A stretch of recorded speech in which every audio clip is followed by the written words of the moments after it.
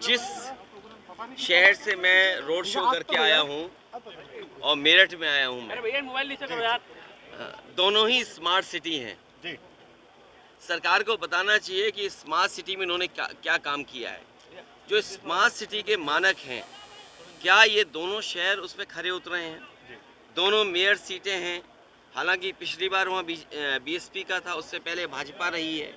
पिछले 2 बार से भाजपा ही की सरकार बन रही है। वो बताएं कि जनता की सुविधा के लिए पब्लिक ट्रांसपोर्ट सिस्टम क्या उन्होंने तैयार किया है, आम लोगों की शिक्षा के लिए क्या इंतज़ाम किया है, स्वास्थ्य के लिए क्या इंतज़ाम किया है, और सबसे महत्वपूर्ण है क्या नालियाँ साफ सुथरी हैं, क्या कूड़े का डिस्पोजल ठीक हो गया।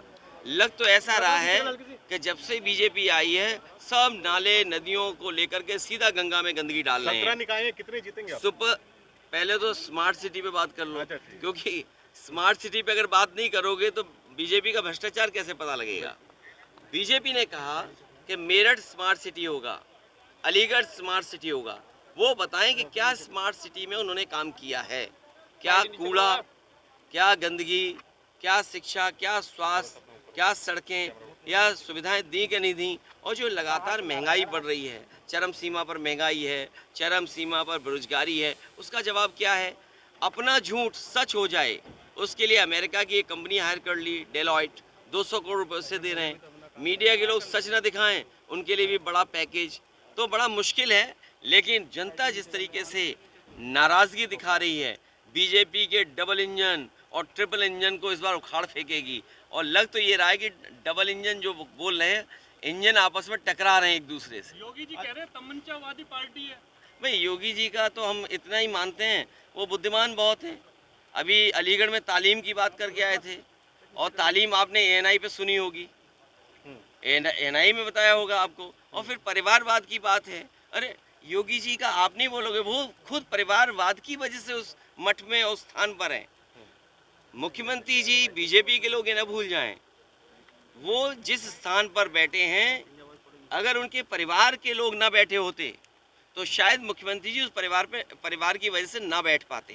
और फिर जैसे मेरठ जैसा शहर है, सरकार बताए कि कितना टन प्रतिदिन कूड़ा निकलता होगा, इस कूड़े का डिस्पोजल क्या है, जो पब्लिक ट्रांसपोर्ट उसका सिस्टम क्या, धूल धक्कड़ उड़ रहा है, नालियां भरी पड़ी हैं, गंदगी भरी पड़ी है। बीजेपी बताया उन्होंने स्मार्ट सिटी के लिए क्या किया है। भैया सोनिया गांधी कह रही हैं डकैती डालकर आए हैं सत्ता में। नहीं, क्योंकि बीजेपी वाले इतना भ्रष्टाचार कर रहे हैं जिसकी कल्पना नहीं है। कभी अखबारों में किसी के भ्रष्टाचार का ऐड नहीं देखा होगा, लेकिन बीजेपी ने जिस तरीके से ट्रांसफर, पोस्टिंग और 40% का कमीशन, कर्नाटक में ऐड निकला इनका अखबार में, सोचिए आप। और यूपी में जो बजट 30% सड़क का खर्च कर पाए हों, मेडिकल की सुविधाएं न दे पाए हों। आप मेडिकल कॉलेज में चले जाएं, असिस्टेंट प्रोफेसर कितने हैं, एडिशनल ऑफिसर कितने हैं, और जो टेक्निकल स्टाफ है वो कितना है। तो जब नहीं पता है मुख्यमंत्री जी को कि असिस्टेंट ऑफिसर कितने होने चाहिए, एडिशनल ऑफिसर कितने होने चाहिए, प्रोफेसर होने चाहिए, टेक्निकल स्टाफ नहीं, तो वो तमंचे की बात करेंगे। और क्या बात करेंगे? उनसे कहो सॉलिड वेस्ट मैनेजमेंट, बोला तमंचा। बोला नाली गंदी है, बोला तमंचा। वो कहें हिंडन गंदी है, बोला तमंचा।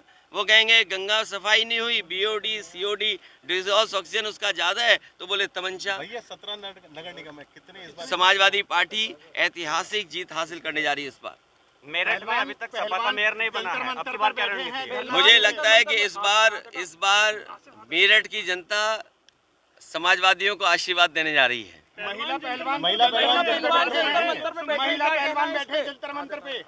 देखिए, उन्हें न्याय मिले, और ये बीजेपी की जिम्मेदारी है उन्हें न्याय दिलाने की। आपकी पार्टी बीजेपी गिरफ्तार नहीं कर रही। अरे मैं दूसरी बात कह रहा हूँ, मैं ये कह रहा हूँ भारतीय जनता पार्टी की सरकार यूपी में है, दिल्ली में है, सुप्रीम कोर्ट के पास केस गया है। मुझे उम्मीद है कि सुप्रीम कोर्ट के निर्देश के आधार न्याय मिलेगा, और बीजेपी की दोनों सरकारें उन्हें न्याय मिलना चाहिए। मुख्यमंत्री बाराबंकी में कह रहे हैं कि सपा बसपा का कचरा साफ करने वाला चुनाव है। अरे कचरा फैलाने वाले लोग क्या कचरा हटाएंगे?